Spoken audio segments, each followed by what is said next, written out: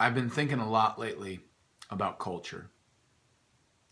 If you look up the word culture in the dictionary, one of the definitions that you find is that culture is a way of thinking, behaving, or working that exists in a place or organization.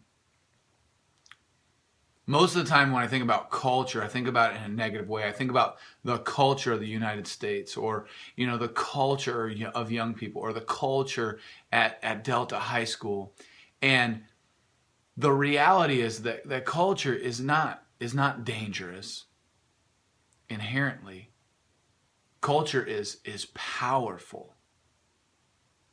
And what makes culture dangerous is when a culture goes the opposite direction of God, then that culture becomes very dangerous because it affects the way that people think and behave and operate.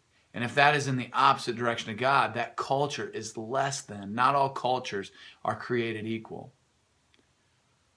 You have raised your hand and said, I am called by God to be poured out, to pray and to see students get captivated by Jesus.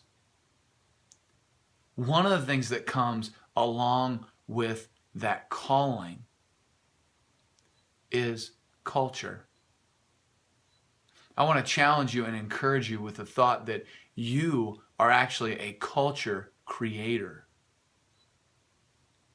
You are involved in creating culture in our student ministry.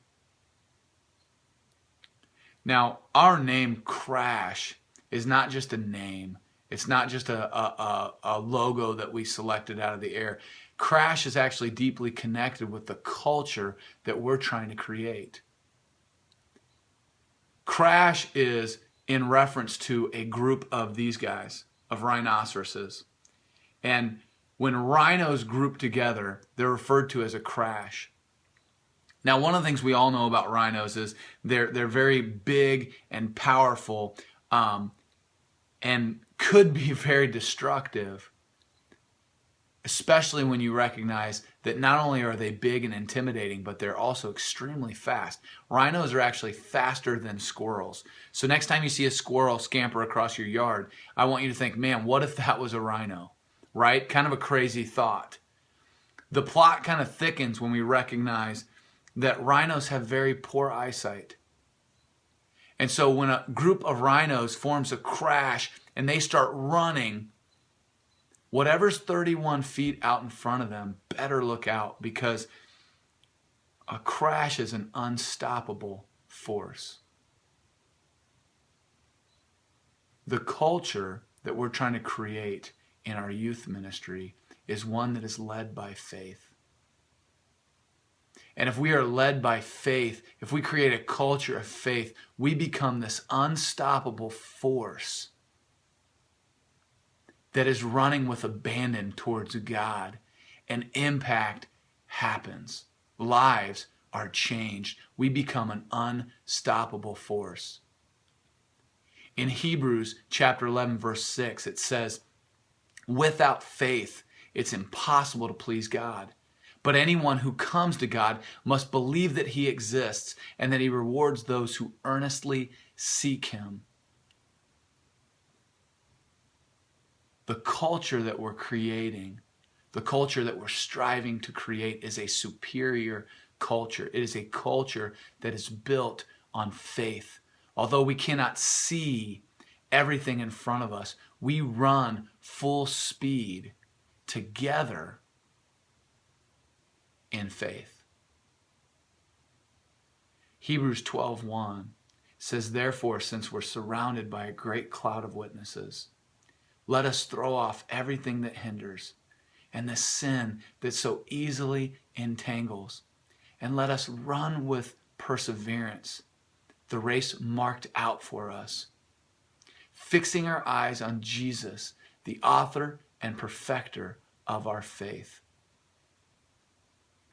In order to create a culture of faith, this superior culture, it starts with us. What has you captivated? What are you running for? What are you running towards? I think that as ministry leaders, as culture creators, we need to get back to the basics of just loving and running and pursuing God. And I'm not saying that you guys aren't doing that. You guys are doing a fantastic job.